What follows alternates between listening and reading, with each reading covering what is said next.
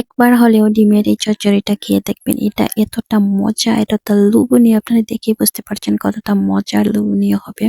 তো প্রথমে আমি এই মাছের ডিমগুলোকে ভালোভাবে ফেটিয়ে নেব। ধনেপাতা কুচি লবণ দিয়ে ভালোভাবে মাখিয়ে নেব। একটি কড়াইতে তেল দিয়ে গরম হয়ে গেলে তারপরে আমি দিয়ে দেব সেই ডিমগুলো। তারপরে আমি ভালোভাবে বিরান করে নেব। ফ্রাই হওয়ার পর আমি কয়েক পিস করে নেব। আপনারাও কয়েক পিস করে নেবেন আপনাদের পছন্দ অনুযায়ী। আর এগুলো এভাবে পিস করেও আপনারা খেতে পারবেন, ভাতের সাথে অনেক মজা হয়। একটি কড়াইতে দিয়ে দেব পেঁয়াজ, কাঁচা লঙ্কা, ভালোভাবে আমি ফ্রাই করে নেব। কিছুটা হলুদ দিয়ে দেব, ধনে গুঁড়ো দিয়ে দেব, লবণ দিয়ে দেব, ভালোভাবে আমি আবার ফ্রাই করব। এখানে দিয়েছি আমি মরিচের গুঁড়ো দিয়েছি। তারপরে আমি এখানে ভালোভাবে আমি এখানে 5 মিনিট রান্না করে নেব। 5 মিনিট রান্না করার পর এটা হয়ে যাবে, বেশিক্ষণ লাগে না।